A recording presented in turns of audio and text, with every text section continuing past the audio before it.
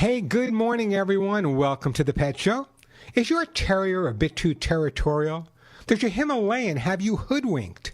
Have your Chihuahuas totally taken over your couch? Well, if you love animals, care about wildlife and the environment, and really want to understand your dogs and cats almost as well as they get you, if you're confused about your dog or cat's behavior or just want to improve their lifestyle, you know what to do. Stay tuned. Because once again, right here, right now, it is time for the Pet Show. America's first and only real pet psychology, pet training, pet behavior, pet lifestyle, pet loving. Take care of all things you need to know about your pets. By the way, I want you to hop up on my couch right now. Bring your buddies with you because we're about time to let the animal analyzing begin. Hello, everybody. I'm Warren Eckstein. This is the Pet Show, the place where we absolutely, positively, never a doubt about it, love, adore, and as I stress every single week, respect pets and animals as much as you do. By the way, if you'd like to join me on the Pet Show family, have a question, a story, want to brag a little bit, tell me about a great dog or cat you rescued, tell me about a senior dog you helped out, anything is open about pets here on the Pet Show, including your questions about jumping, humping, digging, scratching, barking, cat doesn't like the new cat, you got a new dog and the dog doesn't like your boyfriend. That's what we do here on the Pet Show. In fact, that's what we've been doing for 42 years, helping people resolve issues they may be having with their dogs and cats, but a lot more likely helping dogs and cats resolve any issues they may be having with their people. And by the way, if you happen to be new to the Pet Show, we've been doing this for a lot of years now. So if you have a question or a comment, just want to share a great story about your pet, great time to give me a call. And as I say every week, everyone that calls into the Pet Show and actually gets to talk to me live on the air today will be getting an amazing gift, not for you, but for that beautiful dog or cat. And again, if you're new to the show, it's not like I'm giving away biscuits here. Many of the items I give away on the Pet Show are worth $25, $35, $45, even $50. And it's interesting. People often say, Warren, why do you give this stuff away?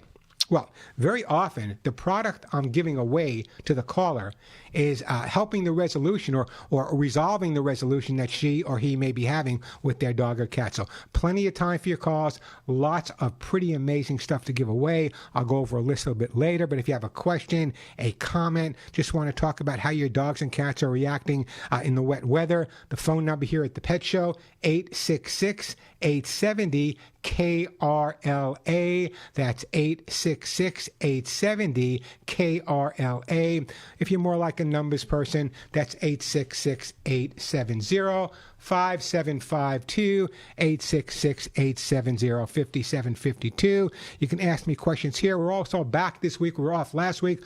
Alex is back, so we're broadcasting live on YouTube. It's simply youtube.com/Warren Eckstein if you want to see the mug behind the microphone. And by the way, I'll try to take some questions off the YouTube channel as well, and it's youtube.com/Warren Eckstein. Again, the phone number is 866-870 KRLA, 866-870-5752. So let me tell you what I have planned for today's show. Sometimes I sound like a broken record because there's no way I get to it all. But some really interesting topics on today's show. In fact, later on, I'll talk about that in a minute. But let me tell you, we often talk about separation anxiety. A week doesn't go by where someone either on this show, my national show, or YouTube isn't asking me about separation anxiety, usually referring to when people leave the house and their dogs may panic. But what is dog-to-dog separation anxiety? What is dog-to-dog separation anxiety? It goes a lot deeper than you may think. If you think you have this situation where if you take one of your dogs away or take him to the vet and he reacts, the other dog just goes panicky. We'll talk about that dog-to-dog separation. Let me change that a little bit. It could be dog-to-cat separation or cat-to-dog separation because if you live with dogs and cats, they can bond incredibly well also. Also coming up on today's show, I wanted to talk about it last week, but I ran out of time. What a shock. Warren ran out of time. But are you setting up your dogs and cats for failure? So many people are. How can we reverse this and set up your dogs and cats for success rather than setting up a failure? A lot of people don't realize they're even doing it, but it can make all the difference in your relationship with your best friend. Also coming up, can you write off your dogs and cats on your income taxes? What do you think? Well, you know what? You may be able to, especially if you do some rescue work. I'll share some of that information coming up. And something I do, and I guess, maybe I am a little more eccentric than most people, but I spend a lot of time watching my dog's butts. I just do, okay? It gives me a lot of information. So the question today is, if you watch your dog's butts, which way the tail wags, whether the tail wags to the right or your dog's tail wags to the left, can tell you an awful lot about the dog's mood, personality. Is your dog a left tail wagger or a right tail wagger? We'll talk about that coming up as well. As always, plenty of time to answer all of your questions. Lots of pretty amazing stuff to give away. So if your pet happens to be chewing, jumping, confused about the litter box, maybe your puppy's not housebroken, your rescue dog has separation anxiety, your new cat's depressed, your dog is chasing anything, cat scratched your favorite chair, dog's humping everything he sees, give me a call. That's what we do here on the Pet Show. Resolve issues that you may be having and resolve any questions that you may have about your pet's behavior.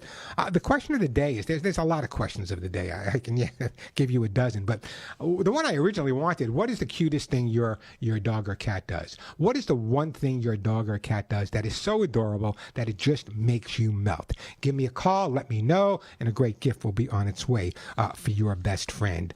By the way, today happens to be National Dress Your Dog Up. Actually, I think it's National Dress Your Pet Up Day. It's National Dress Your Pet Day. So if you have a dog, a cat, a horse, a snake, it's National Dress Up Your Pet Day. Now, I have done segments on the Today Show and Regis and Kathy Lee and the Mickey Mouse Club, and I brought dogs on that were dressed in outfits. And I always question myself, is it right or is it wrong? So that's my question now to you. Now, my dogs walk around. My dogs, today's National Dress Up Your Pet Day. My dogs, Marley and Will, they're butt naked. They're walking around the house totally butt naked. So do you think it's a good idea, a bad idea? Is dressing up your dog or cat the right thing to do or perhaps not the right thing to do? Give me a call. Let me know what you think. A great gift will be on its way. Again, that number, 866-870-KRLA, 866-870-5752. So that's where we're going today. Lots of great information coming up, lots of stuff to share with you guys, and whether it's a tail wagging and a lot of great stuff. And so if you have a question or comment, great time to give me a call, 866-870-KRLA, 866-870-5752. Now, you all know that after I get off the air on KRLA, I do my national Canadian show for Armed Forces and Radio America. So a lot of people assume, okay, Warren, I know you answer a lot of questions during the week on your YouTube channel, and the questions, my dog's not housebroken, he's jumping, he's humping, he's digging. But that's not what I do during the week alone. I get questions that sometimes literally just break me up. And I mean not in a good way. The tears come to my eyes because I find out that people are dealing with situations that no one can give them the answers for.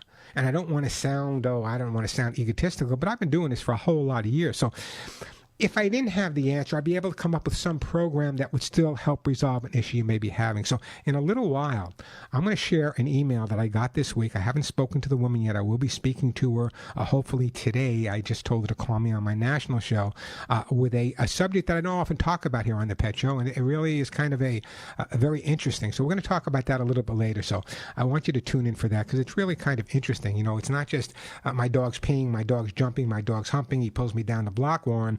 A lot of these go into a lot more depth psychologically, and that's really the difference between behavioral work and training work. Sometimes training work is really important to aid behavioral work and vice versa, but this specific problem that we'll talk about later is really kind of interesting. Again, the number here, 866-870-KRLA, 866-870-5752.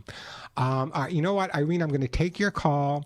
I see from my computer, though, it says that you're talking about a dog that needs to be rescued at a shelter.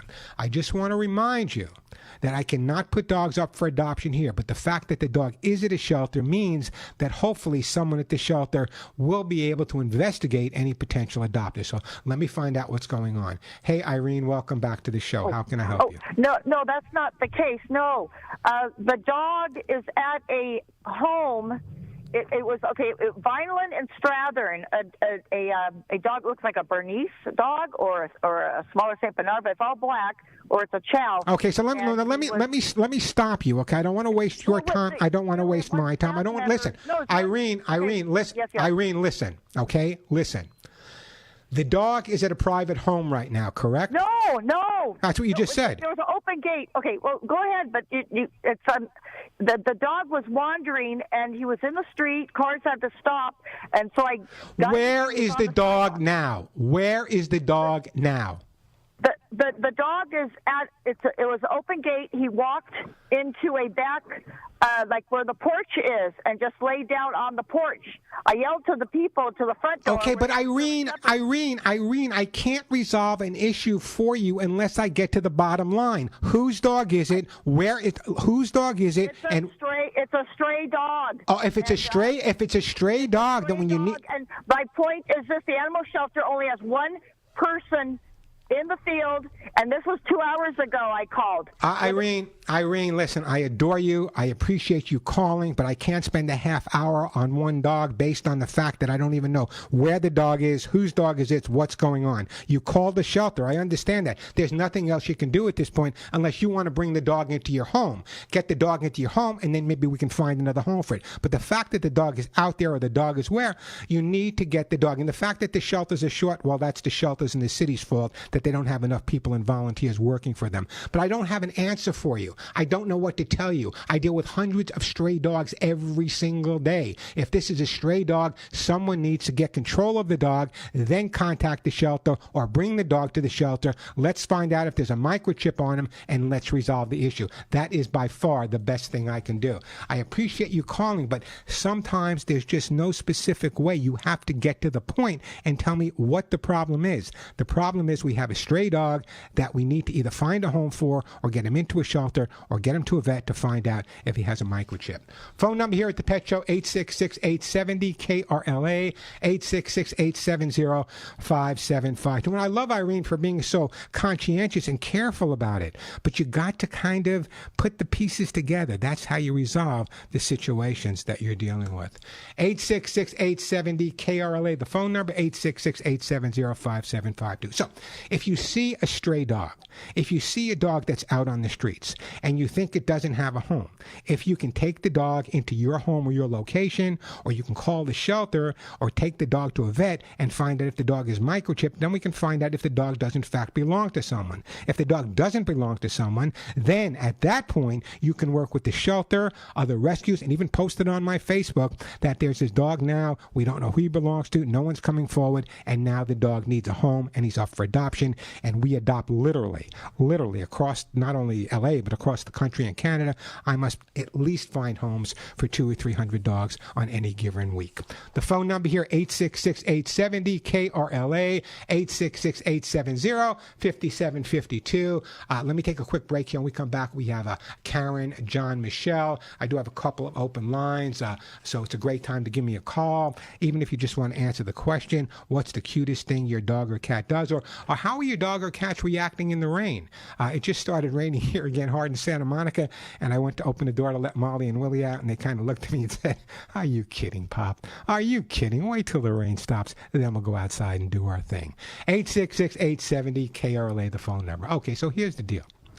One of the most important things you can do to keep your dogs and cats healthy is to give them the right type of food. But how do you know what the right type of food is? I know you go to the store, you go to the supermarket, you go online, there's hundreds of different brands of foods. Which is the right one? Which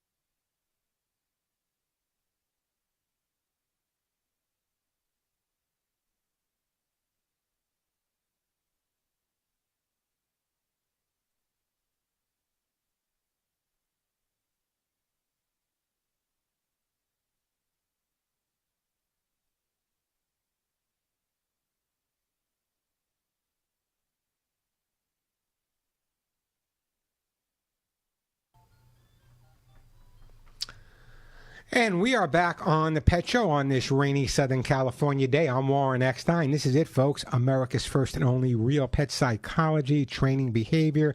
If you have a question about your dog or cat's behavior, just want to share a great story about an amazing rescue dog or cat that you have, or a senior dog you adopted, I'd love to hear from you, because every time you call in, it encourages other people to do the amazing thing of adopting or rescuing a dog or cat at the same time. Great time to give me a call. Today's show no different. I'll be giving away my Hugs and Kisses vitamin mineral supplement treats. I'll be giving away Lucy Pet Food, Arthritis Gold for hips and joints, copies of my best-selling books, Either Dog or Cat, the amazing Kitty Lickies from Lucy Pet, those T-shirts that say None of My Friends Walk Upright, lots of different hemp seed oil. So everyone that calls in and gets to talk to me live on the air today will get one of these for their best friend. Again, the number 866-870-KRLA, 866-870-5752. Today is National Dress Up Your Pet Day. Come on, is it a good idea? Is it a bad idea? Do you think it's okay to dress up your dog or cat, or not okay? Give me a call. I'd love to hear from you, and a great gift will be on its way for you. 866-870-5752. Let's go to my friend Karen in Pasadena. Hi, Karen. Welcome to the Pet Show. Hey, thank you for taking my call. It's my pleasure. I have just fostered, I just picked her up a few days ago, a almost 9-year-old. Oh, God, I love you already, Karen. What kind of dog? Greyhound. One of my favorites. I remember I was doing a segment on the Today Show with rescued greyhounds, and I had 45 greyhounds on the stage with myself, Al Roker at the same time. Boy, you want to talk about an interesting segment. I just love the greyhound. I just think they're some of the most amazing dogs out there. Very often they've had a real tough start in life, but they generally turn around. So how long have you had this 9-year-old, Karen? I just got her on Wednesday. I picked her up. She's been with a family ever since she got off the track. So she's been in a family for 6 years. But the little 2-year-old daughter in the family had allergies, and they felt they couldn't keep her. So they're giving her up. So I have her, and well, you know, just between you and me, Karen, there are lots of things you can do for people that have allergies with dogs. I know. And having a 6-year-old dog and then giving it away, especially a dog that had come from such a horrendous situation into a situation where I'm assuming he was at least loved for 6 years. I know, but I really want to. I probably will keep her, myself. But right now I just have her as a foster. And what she does, she has always, I guess, been reactive to little dogs, they said, but it seems that when she meets new dogs, she wants and I want to do the right thing starting out to help her, because I walk her a lot. I walk her, and we're going to meet dogs in the neighborhood, and I walk with greyhounds on every once a week. A bunch of us get together with the greyhounds, and I want her to be comfortable, So what did you say? I kind of missed it. What did you say her reaction was when you see another dog? And you're walking her? She kind of, if a dog comes up to her or if a dog wants to sniff her, she'll growl and snap at them. She'll go after them. And she's okay with the others, but she's okay with the other greyhounds? Her first walk it was like a bunch of greyhounds, so she was a little unsure. So she was snapping at them, but they all feel that she'll, that's kind. I kind of feel the same way. When you have greyhounds, and remember they were taught to chase things and whatever, and little dogs, once they start realizing and they get into a comfort zone, and you're walking with the other greyhounds, and none of the other greyhounds are becoming assertive with her, that will start to dissipate. There are training things that people might recommend that you do, but you've only had the dog since Wednesday. Let's give the dog some time just to decompress. It's in a new home. It's in a new environment. It's with new people, it's meeting new dogs. So a little growling now and then is not the end of the world. My fear is a lot of people will tell you, well, correct the dog, tell her no, stop the dog.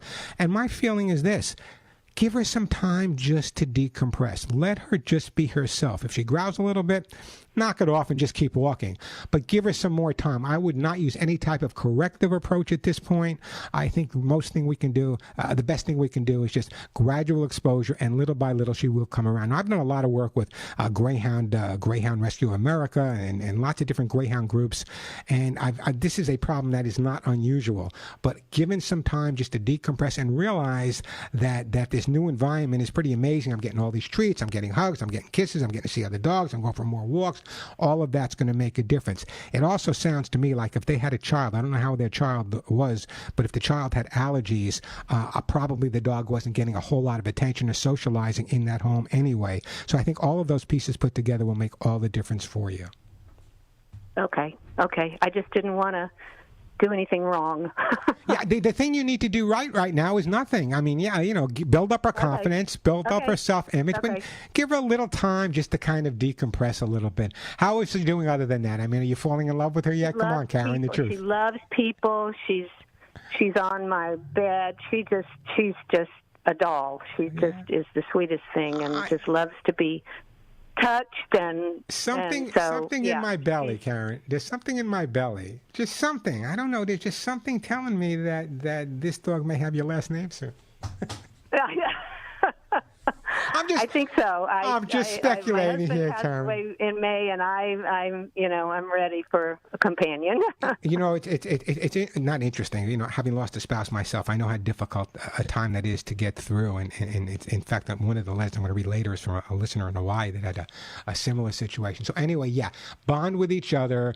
Just make sure you socialize her a lot. Don't correct her at this point because she's probably going through the changes. You'll be fine. I want to keep her as healthy. I want to keep her as happy as possible. I'm going to put you on hold, and I am going to send you some Lucy pet food to keep her happy. And bless you for taking that greyhound in.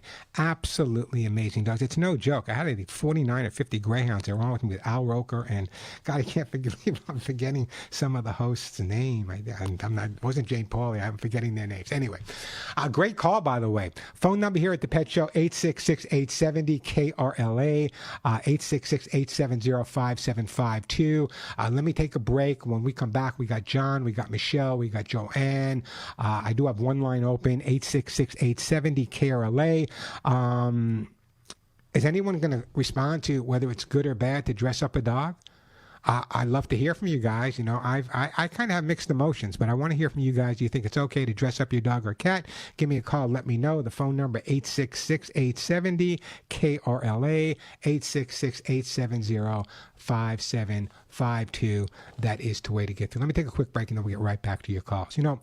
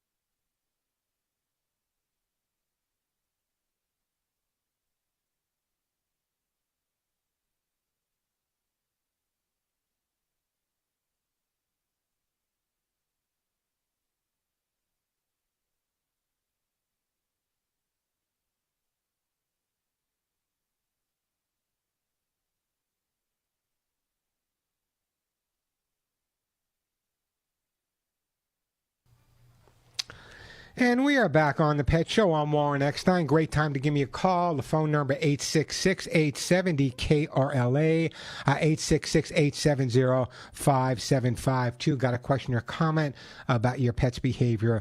Now's the time to let me help you resolve any issues you may be having. By the way, coming up, we're going to talk about separation anxiety, but not what everyone else is talking about. It's not separation anxiety when you leave. It's separation anxiety from dog to dog or cat or cat to dog. We'll talk about that a little bit later, and I'd love to hear from some people out there if they have dogs or cats that do suffer with separation anxiety, and not so much when you leave, but when you have to take their best buddy to the vet or take them out in a different way or take them away from them. Do they suffer with separation anxiety? Give me a call. I'd love to hear from you. Send you a great gift, 866-870-KRLA, 866-870-5752. Let me take another call right now. We're going to go to John in Long Beach. Hey, John, welcome to the Pet Show. Hi, Warren. I need your help. We have a barking dog. It showed up on my girlfriend's front lawn, and she went out to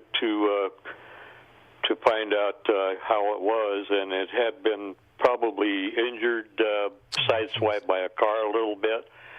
Not much of an injury, but she took it to a vet, and took it in her house and had it for a while, and then took it to a vet, had it fixed. It had not been fixed. He hadn't. No microchip? No microchip, by the way, John? No microchip. Okay. So she decided to keep had it, a chip added. And the dog is a good-looking, real nice dog. Only problem is it's a barker. It'll bark at nothing. Primarily stays in the house. She has another little dog, and they tolerate each other. And it will bark at nothing. Well, tell me what. No. It barks. It's going on. It'll get my ear ringing, and it's just. Yeah, but John, it barks at something. It barks at something. Yeah, nothing that we can. Exactly. So give me some indication, okay? How long has your girl? By the way, marry this girl. She's got a big heart. How long has she had the dog? Oh, probably about maybe 3-4 months now. Okay, so give me some indication of when the barking becomes really a nuisance. I'm not talking about barking for 5 minutes here and there. I'm talking about barking for long periods of time, and when does that become a nuisance? It's just all the time. Could be sitting watching TV, and the dog will be nice and peaceful. All of a sudden, it goes on a barking binge. And what do you do? And what do you do? Well, what I've listened to you before, and shut up doesn't work. Oh, you've never heard me say shut up. Collar. When it becomes unbearable, we put this collar on the dog. But we don't. What kind of collar? What kind of collar? It's got a little battery, and I don't know. Probably gives it a little sensation. Okay, the dog first, is okay John. with the collar. It can be wearing the collar, and I play with it and everything, and. The dog doesn't seem to mind the collar. Well, first of all, it takes care of the barking somewhat. All right, John. John, I'm just going to stop you for a second. Number one, I want you to take that collar, okay, and I want you to put it in the garbage. That's number one. You have no reason you don't know why the dog's barking. So why are you trying to shut up the dog if you have no idea why the dog is barking? Because it's unbearable. Well, it might be unbearable to you, but maybe there's something going. Maybe there's something going on outside. Maybe there's something he hears. We look, and there's nobody. Sometimes there'll be somebody walking by with a dog.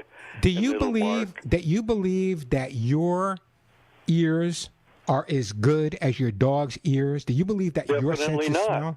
Well, that's my point. So let's work on the same plane here. Okay, let's stay in the same lane. Here's the bottom line. If the dog is barking, he's not barking for no reason. Dogs bark for a reason. Number one, maybe he wasn't getting any attention where he was before you. Therefore, when he barks and you give him attention, you're reinforcing that behavior. That's number one. Have you tried increasing the mental stimulation? Have you done any basic training training with the dog to build up his confidence. A confident dog isn't barking all the time. An insecure dog is. So I know I'm looking at it from the dog's point of view, but that's what I do. And the bottom line is, if you think it's intolerable for the dog's barking, do you think the dog's thrilled about barking? Do you think the dog's thrilled about not feeling confident enough where he doesn't have to bark? Let's look at it from his point of view. Let's focus, instead of correcting the dog, how about we focus on building up his confidence, building up his self-image, doing some basic training, more mental stimulation, taking him out of the house more for walks. Those are the type of things that are going to resolve the issue. I know it's frustrating. Believe me, I've lived with 30, 40 dogs at a time, and barking can get to you. But you can't approach it from the dog is barking for no reason. Dogs do not bark for no reason. They bark for a reason, whether we know that reason or not, whether there's a smell. I've heard people that lives were saved when they were telling the dog to shut up for barking, and the dog was picking up on a gas leak in their household. So there's any number of things. We want him to be a good guard dog and bark when there's a problem. Well, but he'll do that. I'm telling you, he'll do that. He'll do that once you build up his confidence, once he realizes this is his home, then he will be a lot protective. He'll be the type of watchdog you want. But I don't want you electronic collars and correcting the dog for barking when you don't even know why the dog is barking. There are many reasons dogs bark. Many, many reasons. Anxiety, stress, hearing something, getting attention in the past for it. He had to bark maybe to go out with the people he lived before you. Maybe he had to bark to get any type of food. So there's any number of reasons. So before we resolve the problem by correction, let's try to build up the dog's confidence. Little patience for you, maybe a glass of wine, calm you down a little bit. But I think I don't want you to be angry at the dog. He's not doing it to anger you. We don't get angry. No, but he's not doing it. He's not doing it to annoy you. He's not doing. I know it's annoying, but he's not saying, you know what? How can I get on John's? What can I really do to get John anxious? And no, that's not why. So let's be a little bit more. What's the word I'm looking for? Let's be a little. I don't live with a dog. It's my girlfriend's dog. She is listening, however, right now on her. Bless her. I love her already for taking this dog in. Let her be a little bit more passionate. I want you to be more passionate. The dog's been with you for a few months. I don't know how old the dog is. We don't know what he's been through. 5. 5 years old. So a 5-year-old dog. Can you imagine for the 4.5 years what had happened to him before you got him? Yeah, we don't know. He might have had kind of a hard life. He was skinny. I'm assuming he had a hard life, and I'm assuming he was probably abandoned by someone. John, he's also a runner, boy. He'll go for the door if he can get out. Well, my point exactly. So therefore, he probably is not getting enough exercise. That's number one. And he just walked whenever he John, can. I can expect John. I don't know what it is about today. Maybe I'm just kind of. Excuse me? Listen to me carefully, okay? Walking a dog that's a runner 3 times a day is not enough. You need to get this dog more exercise. Tired dogs sleep. They don't bark. If you have a yard, that's great. If you can get a longer leash, run him around. But run him around. The bottom line is he escapes because he needs to get out of that energy. He's barking because maybe he needs to get rid of some of that energy. That's what you have to look at. I know I'm going a little into detail with you, John, but that's the bottom line. This is not a problem dog. This is a dog with an issue. Let's work on it. 5.5 years of probably being abused or neglected. You've had him for 3 or 4 months. God bless your girlfriend for taking him in. Call me back if the problem continues. But I really want you to focus on what I suggested: more exercise, some basic training, and in terms of that electronic collar or whatever type of collar you have, put it on yourself if you talk too much, but don't put it on your dog at all. What I'm going to do? Put it on just to see if what it would do. Well, do you know the sensitivity? But you don't have the sensitivity of a dog. So there's different things here. That's why I'm so glad you called. John, here's what I'm doing. I'm putting you on hold. I'm sending you a copy of How to Get Your Dog to Do What You Want. There's a whole chapter on barking there. You can go to my website. You can go to my YouTube channel. But the bottom line is I don't want you to, and I understand the frustration, but I don't want you to be frustrated with the dog. I want you to resolve the issue with the dog so your girlfriend can have that relationship that she wants. Okay? We cannot control a dog that's barking unless we try to figure out why the dog is barking in the first place. Man, I'm breaking a sweat today. Phone number here at the Pet Show, 866-870-KRLA, 866-870-5752. Let me take a break. When we come back, Norma, John, Michelle, we'll get to you guys. Well, Norma and John. I do have an open line, so it's a great time to call me. I still have hugs and kisses to give away, Lucy Pet Food, copies of my books. You just heard me give one away, Kitty Lickies. I'm going to talk about that now, Lucy Pet Food. The phone number, 866-870-KRLA, 866-870-5752. We get back to that electric collar when we come back. But right now, if you have a cat, you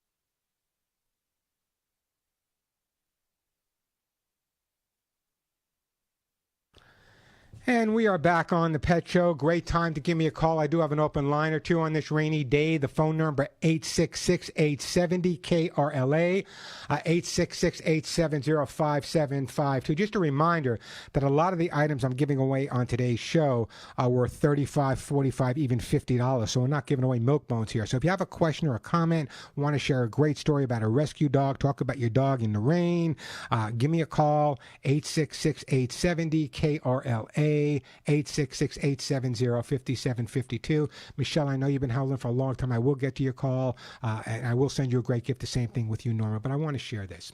You know, a lot of the calls that you hear me talk about on the Pet Show are jumping and digging and barking excessively and not coming back when you call. But I spend a lot of my time with a lot more in-depth psychological issues. I want to share this email I got from a listener of mine in Hawaii, and these are the type of things I deal with during the week. So it's not just housebreaking, jumping, and barking. Warren, my husband has recently passed away, and our dog, who is usually with him 24/7, was with me at our other home, so he has no idea.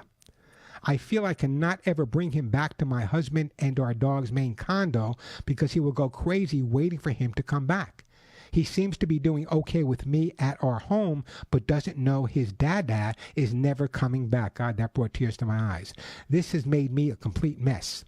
The one time we left our dog without either of us, the dog watchers, who are wonderful friends and do it in their home, said he was only one of two dogs they said could not come back because his separation anxiety was so bad they thought he was going to have a stroke. Merlin is a full-bred Welsh Spaniel, 7 years old. Please advise.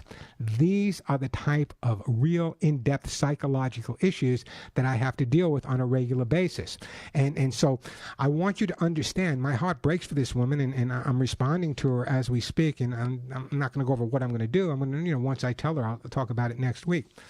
But I want you to realize that no matter what issue you're having with your pet, no matter what be, excessive barking, chewing, jumping, it doesn't make any difference. These are issues that can be resolved. Rather than spend time getting angry at your dogs or cats for their behavior, I would like to see more people spend the time and try to figure out, why is that behavior there? Is it possible me that may have caused some of those behaviors that are creating a problem with my dog or my cat? So real important stuff. I mean, we have a lot of fun on the Pet Show. We're going to talk about, dressing your dog up and the cutest thing your pets do. But for some people, getting an answer, and there was no one else that could give that woman in Hawaii that answer. No one else could help her with that specific problem because it was so in-depth. As a behaviorist, I have to really get into it and speak to her a little bit more. So in that situation, I'm actually going to have probably have a phone conversation with the lady. So I just wanted to share that with you and let you know that when you think about my dog peed on the floor, yeah, we can resolve that. Those are easy things. But I also want you to understand that dogs and cats have deep emotions. And so many of you guys are so incredibly amazing. The dogs you've rescued, 3 legs, 1 eye, no ears, the older dogs, the older cats, the dogs and cats, the animals that you guys have taken the time to rescue, you guys are absolutely my heroes. But I want you to also understand that very often when you hear me get frustrated with a listener on the air when they call, it's when someone says to me, I've tried everything and nothing can work. I got to give it up. It makes me absolutely crazy. Dogs are part of our family. And if any member of our family has an issue or a problem, it's up to us to resolve it rather than just give it up or go out to the latest tech person and get a collar that shocks the dog or a collar that squirts this or some other electronic item. God, I wonder how I trained 40,000 dogs with ever plugging nothing in. I wonder how I did that. Am I a genius? I don't think so. I think I just took the time and the patience to figure out what was causing the problem and taking it from that perspective and resolving. I know I go off on a little bit of tangent here, but there were 2 calls today that my dog is barking, and God bless him. I love the call, and I love the fact that his girlfriend took the dog in. But the frustration level was with the dog, not with the resolution. What can I do to stop it, stop it, stop it, stop it, stop it? Rather than say, you know what? Let's sit down. Let's try to figure out 4.5, 5 years. We don't know what's happened to this dog. Let's take it easy. Let's give him some time. Let him, kind of, as I used the word a couple of times today, let him decompress a little bit, and then we can figure it out. All right, so the rest of the show is yours, guys. I promise. Lots of great stuff coming up. But we're going to get to all your calls. We're going to talk about setting up your dogs and cats for success exactly as part of that issue. Michelle, I'm going to get to you. Norma, I'm going to get to you. I got some great gifts to give away, the Hugs and Kisses, the Arthur Gold, the books, the phone number 866-870-KRLA. If you just want to call me and ask me or tell me about how your dogs are reacting in the rain, I'll still send you a super gift. 866-870-KRLA, 866-870-5752. I'm Warren Eckstein. You're listening to The Pet Show.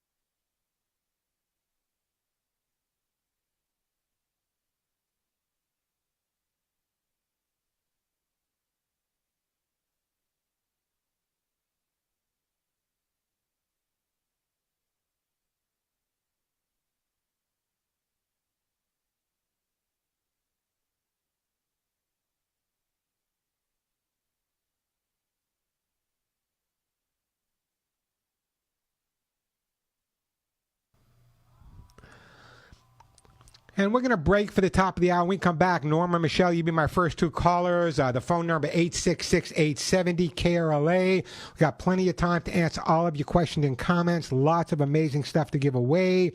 A couple of questions. How are your dogs reacting to the rain outside?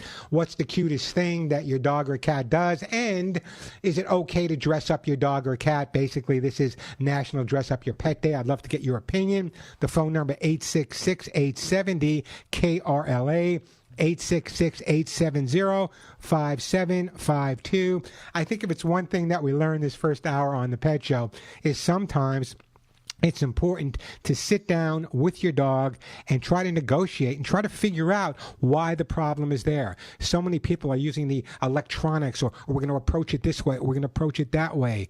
Time and patience, that's the way to resolve issues that your dog may be having. 866-870-KRLA, the phone number, 866-870-KRLA.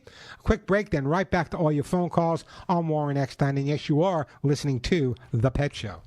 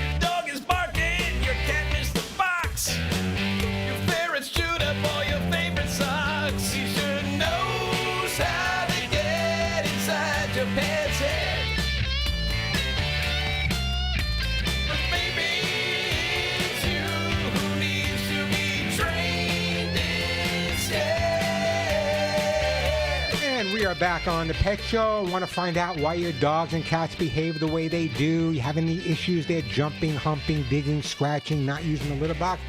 That's what we do here on the Pet Show. Been doing it for the last 42 years, helping you resolve any issues.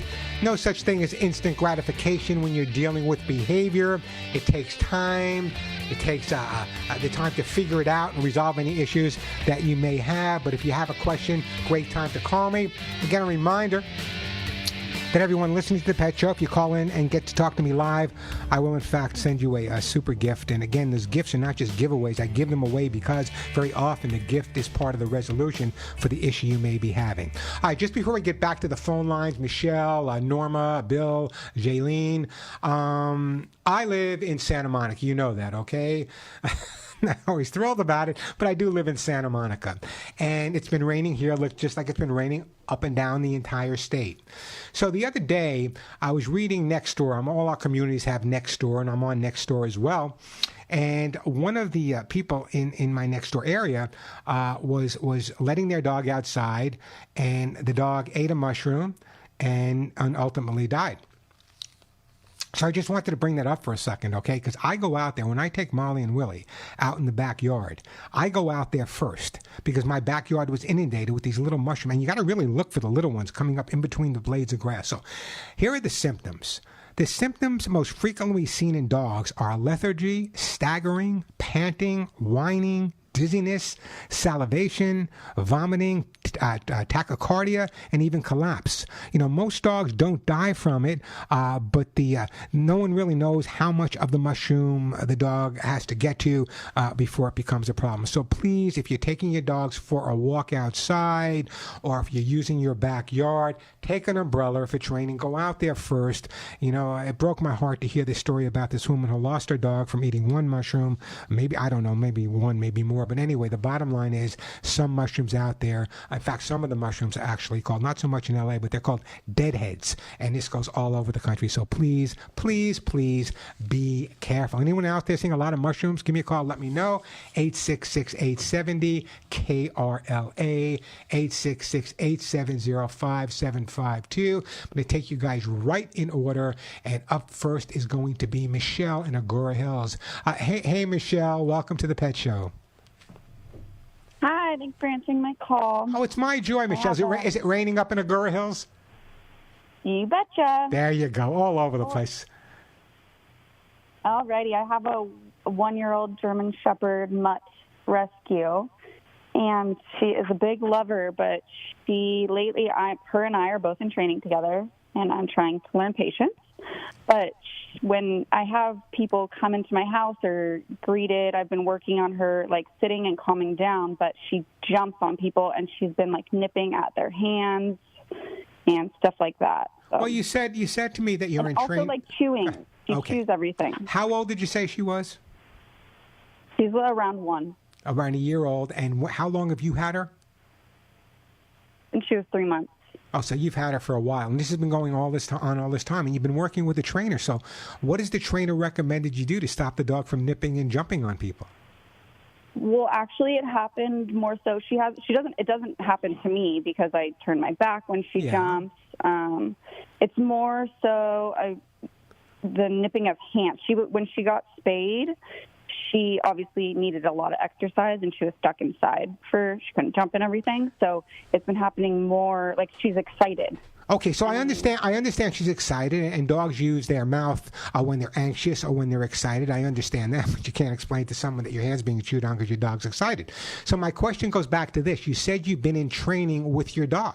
If you've had the dog since the dog was 3 months old, and you've been in training with the dog, my question to you is and this will help me resolve the issue, what is the trainer recommending that you do when people come over and your dog is being really nipping and mouthing? Put her on her lead and have her sit and wait for her to calm down. Okay, well, first of all, putting her on a lead and harness isn't going to calm her down. What you need to do is work with her on her basic training at that point. What I would also recommend that you do, if you know people are coming over, I would have her on a leash and a harness, and before they come over, I would practice your basic obedience just to reinforce the positive authority. That's number one.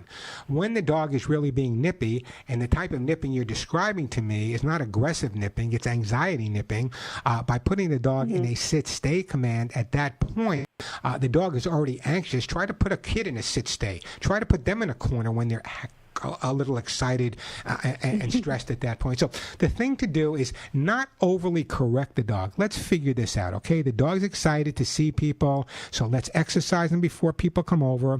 When they do come over, I would find one specific item that he only gets when people come over to the house. He doesn't see it any other time. People come in, your dog gets this special item, he gets to play with it. That's number one. When the dog does get nippy with people, I don't want you spending a lot of attention. No, bad dog, stop it, because you're reinforcing that. Even if it's a negative reinforcement, dogs react to that. So the leash and the harness, the trainer's recommendation is a good idea, but putting in a stationary position when a dog is already hyper and excited is not a resolution. Putting him through his basic obedience commands, that's the resolution, because you're reestablishing that positive authority. And at the same time, as I said, rather than focusing on the negative, if you know people are coming over, and we usually do, is give them an aerobics lesson out in the yard. I mean, really tucker them out. And again, that one item, I think that's going to make a major difference for you. You don't have a problem dog again. You have a dog with an issue. And the problem also is when he goes and he nips on other people are not going to be you, and they're not going to react. He's a big dog. He's a shepherd blended breed. So when he goes to kind of bite on someone's hand, even though it may be playfully,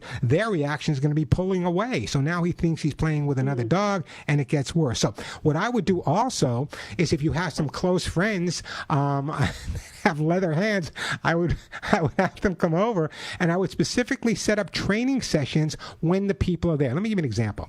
I've trained over 40,000 animals, and I ran the largest training school in New York for years. So if you were hiring me as your trainer, I'm not available, but if you were to hire me as your trainer, Michelle, what I would have done as the trainer is I would have come to your home.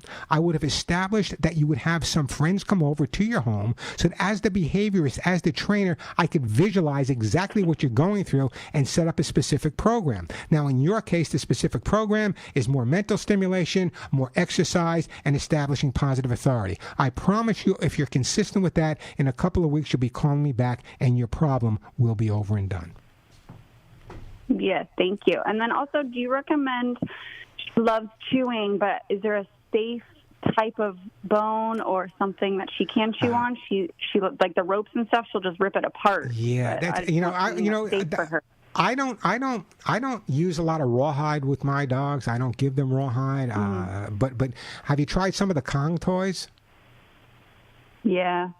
She goes right through the Kong toys. She's impressive. But here's the thing that you need to know. If you give a kid one toy, they will play with it till it breaks. If you get a kid 5 toys, they'll play with one for a little while, they'll move on to another one, maybe they'll go back to it, they'll move to another one. So my feeling for your dog, it sounds to me like a really bright dog. The more intelligent a dog is sometimes, I hear them, the more difficult they are to train. They question. So what I would do is whenever you give them a new item, give them 2 or 3 of the same item at the same time. That will help resolve that issue as well. Okay, cool. All righty. Do you dress up your dog? Not yet. She got a brand new collar. So you're like me. Your dog's walking around butt naked. Anyway, don't go anywhere. I'm going to put you on hold. And for your dog, you know what? I'm going to send you a copy of my book, but it's going to take a couple of weeks to get there. So in the meantime, go to my YouTube channel, youtube.com/Warren Eckstein. Doesn't cost you anything. Subscribe. There's some great videos up there specifically on nipping. All right, who is up next here? I believe it is Norma in Long Beach. Hey, Norma in Long Beach. Welcome to the Pet Show. Thank you. Thanks for taking my call. It's my pleasure. I've adopted a 9-month-old pit bull last week. And I love you already. I love pit bulls, one of my favorite breeds in the whole wide world. What's his name? Sophia. Again? Sophia. Oh, Sophia. Okay, what a great name for a pit bull. Sophia. I like that. So what's your question for me?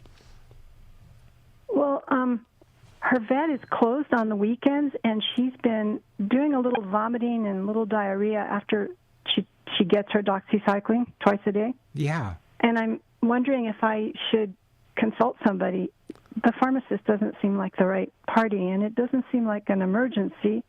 Maybe poison center. I wasn't sure whom to consult. Well, what happens? Doesn't your vet have some 24-hour service that covers for him when he's not there?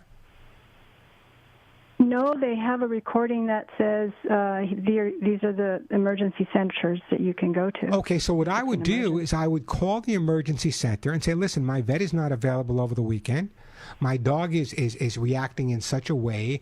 He's on this medication. Is it something I have to bring to you, or is it something you can answer over the phone? That's the way I would approach it. Just like going, if my doctor, my personal doctor was not there, he usually leaves, well, this is the doctor, the attending physician for me. So, yeah, that's the way I would approach it. Also, just so you know, you can contact, this isn't really poison, but you can contact the ASPCA Poison Control Center. There are televets that you can contact and at least get this issue resolved. But the fact that your vet does have emergency places listed, I would do that first, saying, this is my doctor, this is the vet I use, this is the problem I'm having with my dog. Should I consider it an emergency, or should I just change whatever I need to change? I think that would be the best approach, Norma, at this point. Okay, great. Well, thank you very much. No, tell me more about your dog now. How old is he?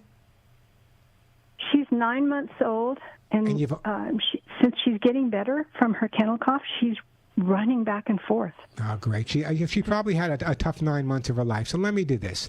I am going to send you, I'm going to put you on hold, and I am going to send you for your dog. You know what? I think I'm going to send you, oh, God, I don't know what I want. I'm going to send you some Lucy pet food, and I'll tell you why.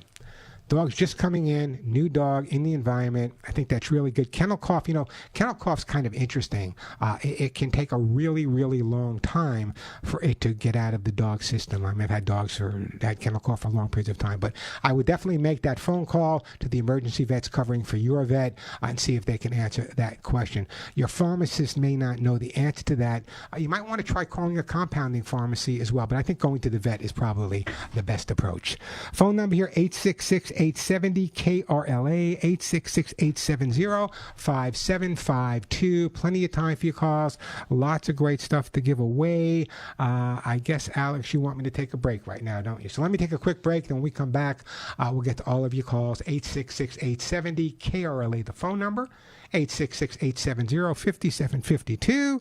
I didn't like that call with the electronic collar. The dog barking electronic. This whole technical thing, this whole thing about all these technical people talking about electronics for your dog and Fitbit for your dog. And I'm all for progress, but I think sometimes progress can really set us back a little bit. What do you think? Give me a call. Let me know. 866-870-KRLA. I'm Warren Eckstein. This is The Pet Show.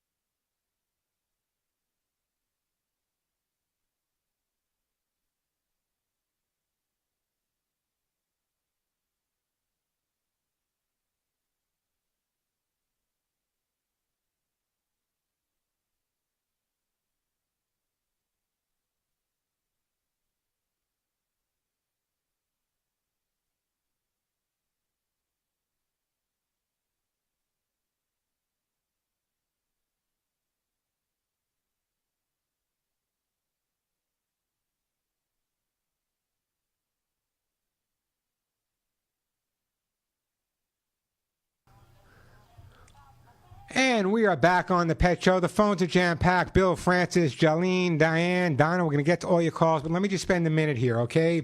I tried to get to this for a couple of weeks about people setting up their dogs and cats for failure. So just a quick read. Let me share this with you. I posted this on my YouTube channel, and if you're not subscribing to it, you should. It's free. Lots of great videos there.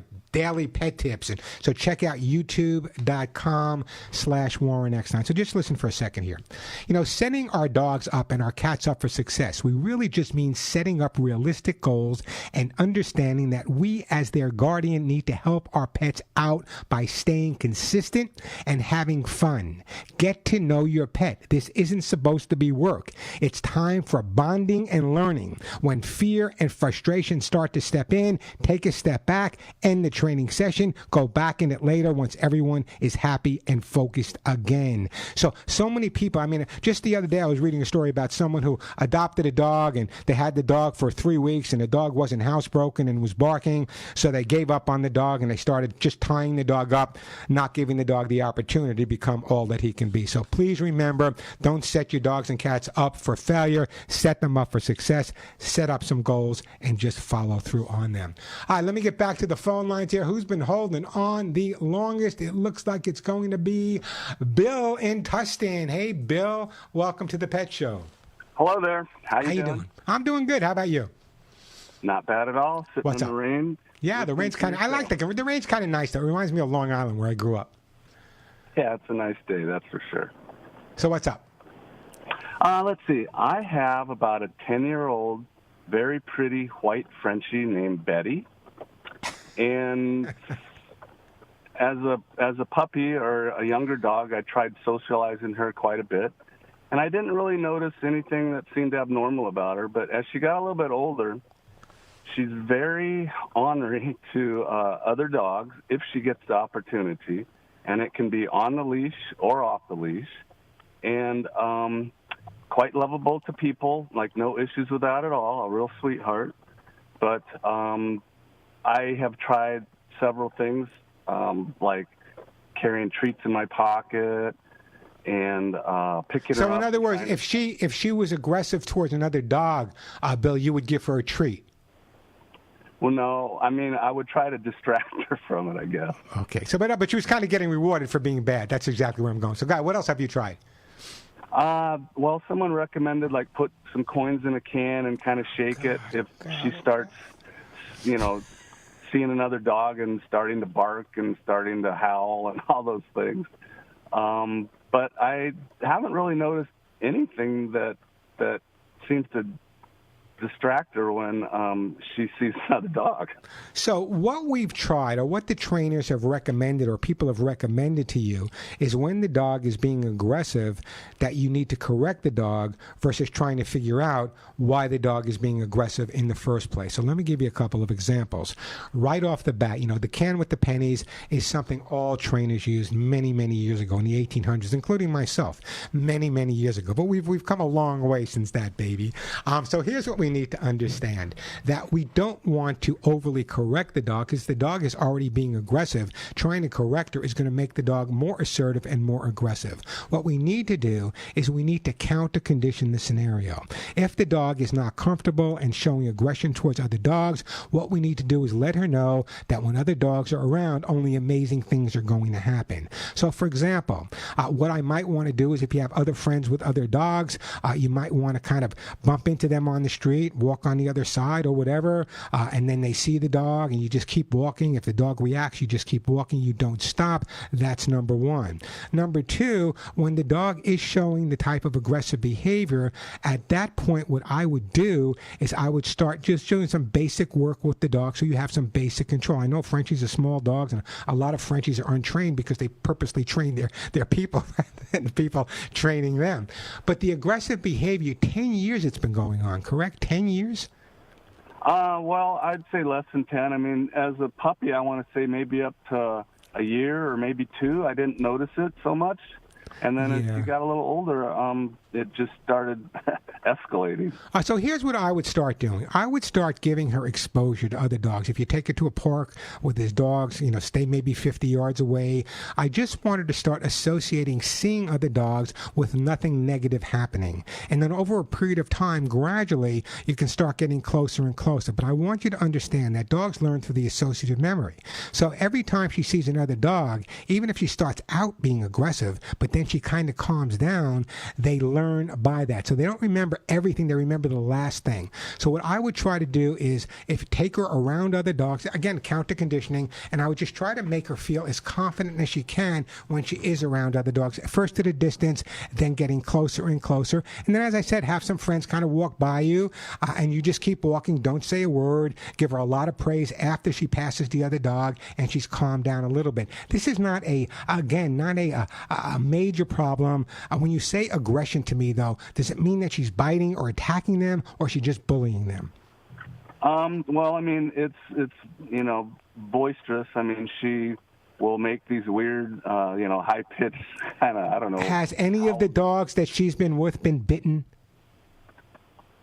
No, I can't say that, but I mean, so she might just be a bully. She might just have a little bit of a Napoleon complex and be a little bit of a bully. Some people are bullies, and they're never going to punch you, but they're going to act like they are. So again, I just want to counter condition. I just want to make sure that from now on, not all the time, but 80% of the time, when she approaches another dog or sees another dog, it always ends in a positive note. Right now, if you take her for a walk and she sees another dog, she's barking, she's going crazy, you correct her, you bring her in the house. That's not a resolution. You need to kind of work her till she stops that behavior and then bring her into the house. That's the difference right there, because if you end on a positive note, that's the note she's going to remember, and if you're consistent with that, then your problem will be resolved, I promise. Okay. I'll give her a try. I mean, the dog park thing sounds like a good idea. Yeah, Betty. I just love the name Betty. Was it Betty you said? Betty? Her actual name's Betty White. Really? Betty White was a good friend. I knew Betty White for many, many, many years. Did you know? Is that why you named her? Yes. Oh, what a great lady, Betty. She is definitely missed. I remember co-hosting a couple of telethons with Betty, and just an incredible lady. Anyway, you give your Betty White a big hug and a kiss. I'm going to put you on hold. And you know what I think I'm going to do? God, I don't know. The books aren't in yet. We kind of ran out of books, so I'm not going to send you a book because it's going to take a little while to get. What do I want to send you? You know what? I'm going to, a 10-year-old Frenchie, I'm going to send you some Orthros of Gold to keep those hips and joints in good shape. But the bottom line is, again, you can check out the YouTube channel. I want you to read some of the articles on, even though we're not bringing another pet into your household, the articles on First Pet Psychology can make a big difference for you. So check that out. 866-870-KRLA. That is the phone number, 866-870-5752. The phones are jam-packed as they usually are. And, God, let me just see who's up next here. We got to go to, let's go to Woodland Hills, and I think it's Jaylene. Do I got that right? Is it Jaylene? Yes, you do, Born. I'm so happy to talk with you. I have been listening to you since 1989. Oh, so you started when I was 16. Yeah, right, me too. Anyway, before I give you the little question that I had, I wanted to answer 3 of your questions. You asked about dressing up your dog. Yeah. My little dog, I rescued my little Wolfie. He's 12 years old from the shelter. I got him when he was 2 from the shelter. He's my precious baby. And he's a little Chihuahua mix, but he looks like a mini Akita. And I tried putting a sweater on him. Talk about dressing up. Talk about a sweater. He will have nothing to do with a sweater, let alone dressing up. I'm not really in favor of that. I think it kind of irritates the dog. Number 2, as far as the wagging of the tail, when he's happy, he does a helicopter, and I can't figure out which direction he starts with because. Well, see, you need to know that direction, because dogs typically wag their tail to the left if they're in a positive mood, and they wag their tail to the right if they're in a negative mood. So depending on which way he's helicoptering, you have to kind of watch that a little bit. It's hard to see sometimes, but as I said, left wag, positive. Going. Okay, when you mentioned, do you have any tips on, like, when you separate or you leave your dog? Yeah. Okay, a neighbor of mine told me something to do, and it works. Okay, I leave my dog for about 8 hours. We're together, just he and I. And when I go on a long trip, and I leave him quite a long time, many hours. I tell him as I'm going out, and I have this little treat in my hand, I say, okay, Wolfie, okay, now you guard the house for Mommy. You guard the house for Mommy, and you're a good boy. I give him a little mini treat, and then I go out the door, and he doesn't yelp. He doesn't say, you guard the house for Mama. And if I don't say that, he will yike in his little chihuahua yike. It's so cute. Jaylene, I got to go to a break, but if he wants to walk around naked, that's okay with me. I'm sorry, I couldn't hear you. I said if he wants to walk around naked, that's okay with me. Yeah, so what I was also Jaylene, let me do this. Jaylene, I don't want to rush you. Let me put you on hold. I'll come back to you. I got to take a break. We'll come back to Jaylene. We're also going to come back to Francis, Diane, and Donna. We'll get to all your calls. I got plenty of time. 866-870 KRLA, 866-870-5752. Once again, if you are not feeding your dogs Lucy pet food or your cats Lucy pet food, give me a reason. You love them. You want them to get the best quality food on the market. I've done the research.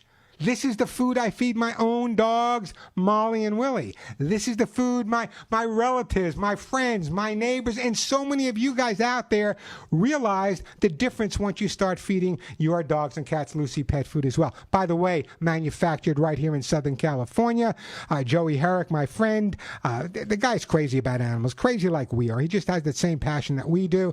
But when it comes to feeding his food, I don't want you just to listen to me. Here's a listener and what they said about Lucy pet food.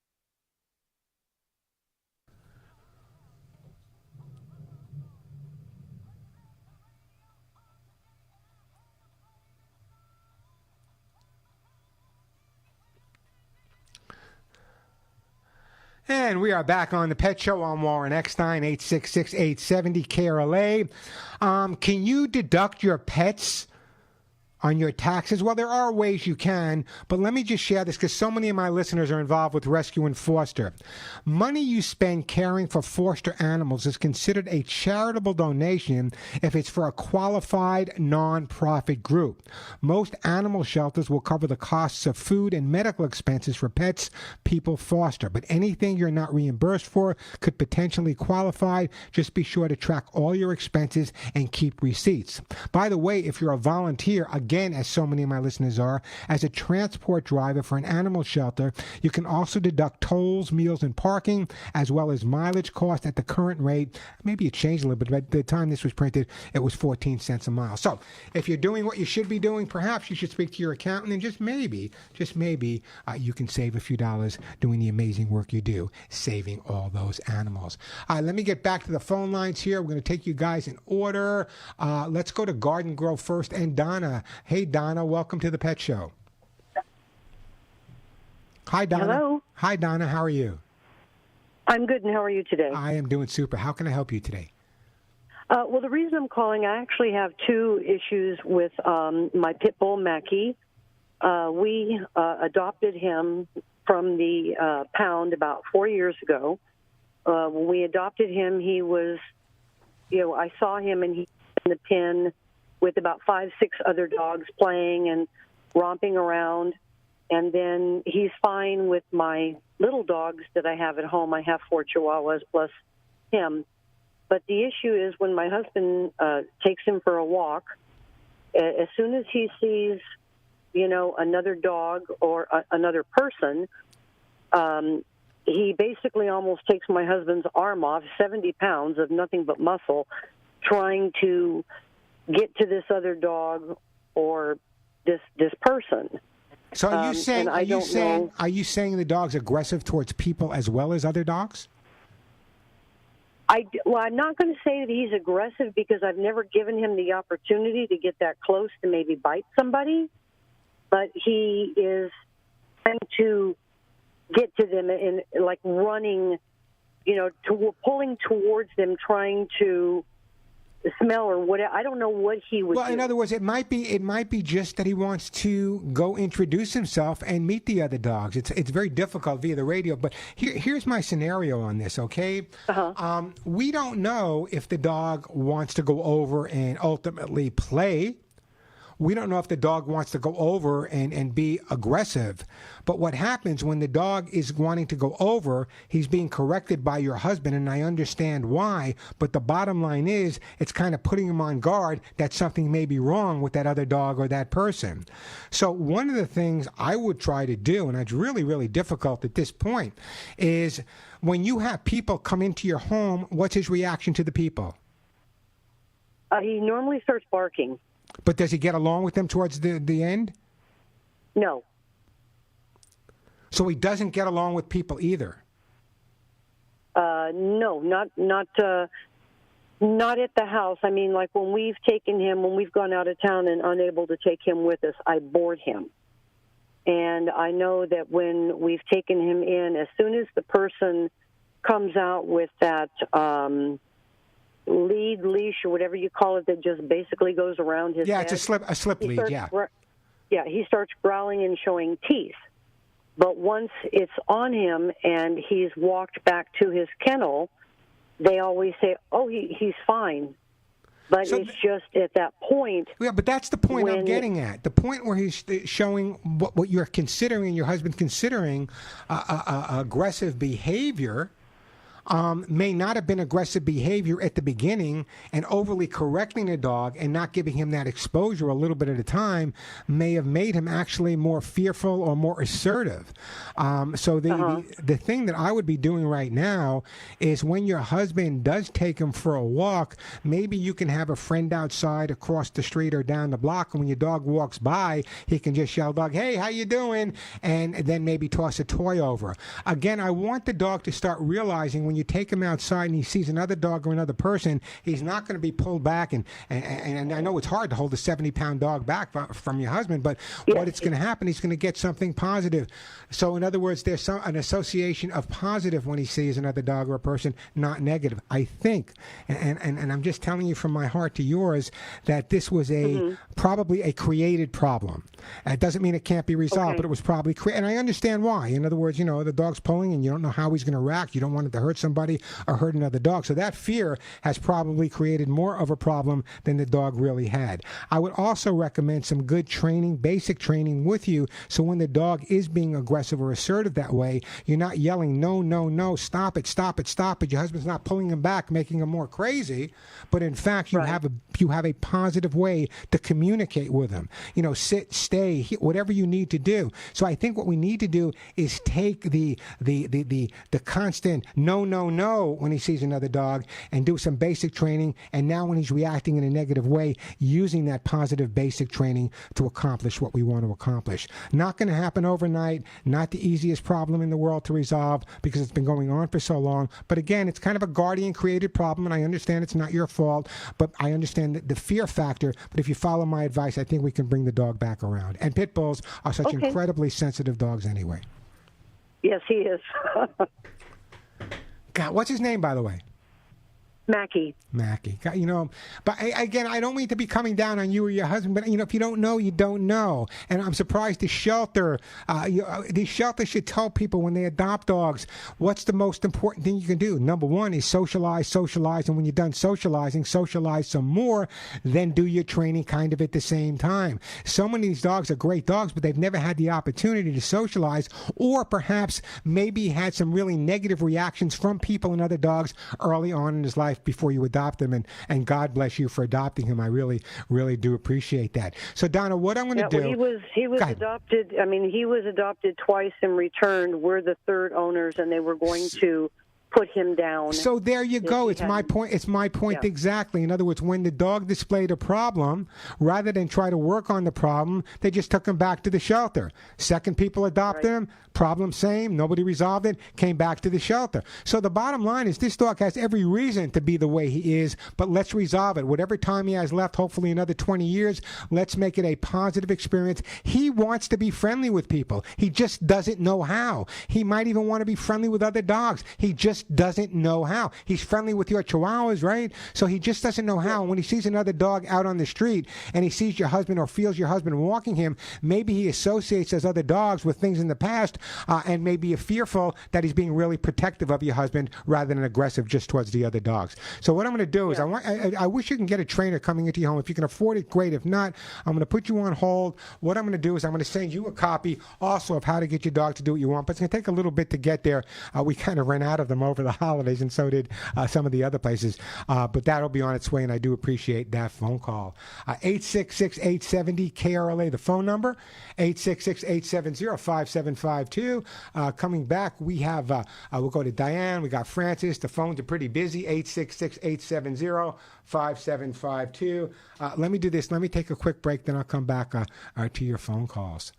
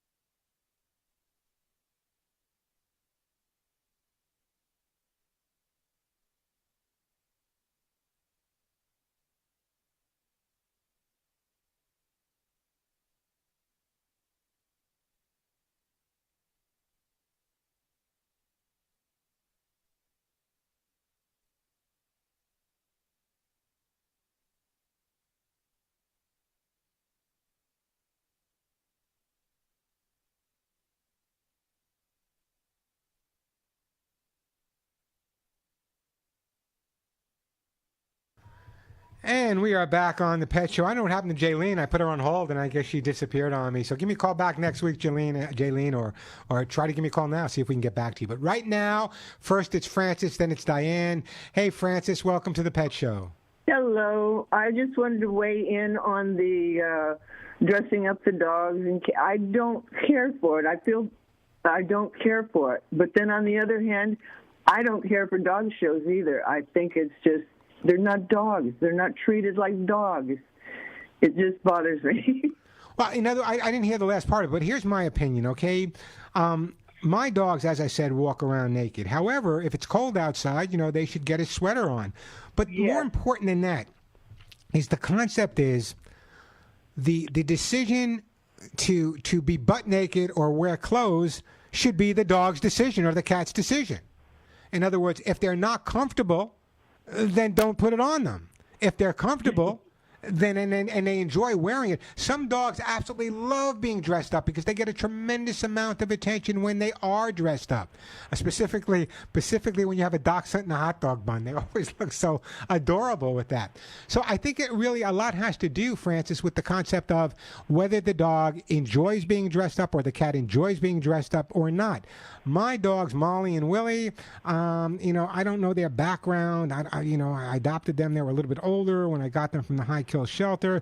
So, they don't like being dressed up. They like being, I think they're exhibitionists. They like being naked, Molly and Willie. They really do. So the bottom line is, again, I agree with you. Let the dogs, let the cats, let them decide in terms of whether they want to be dressed up or not. I have people that I've known have dressed up their iguanas, dressed up their snakes, maybe tried to put a hat on their goldfish. That's carrying it a little bit too far. Yes. So Francis, what type of pets? What type of pets do you have now? One inside cat and 3 outside strays that I just we can take those strays and bring them inside. I'll tell you how, because right now I'm going to put you on hold, and I am going to send you some kitty lickies. There's not a cat in the world that will not come in the house for kitty lickies. I'm telling you, kitty lickies is one of those things that cats absolutely, positively adore.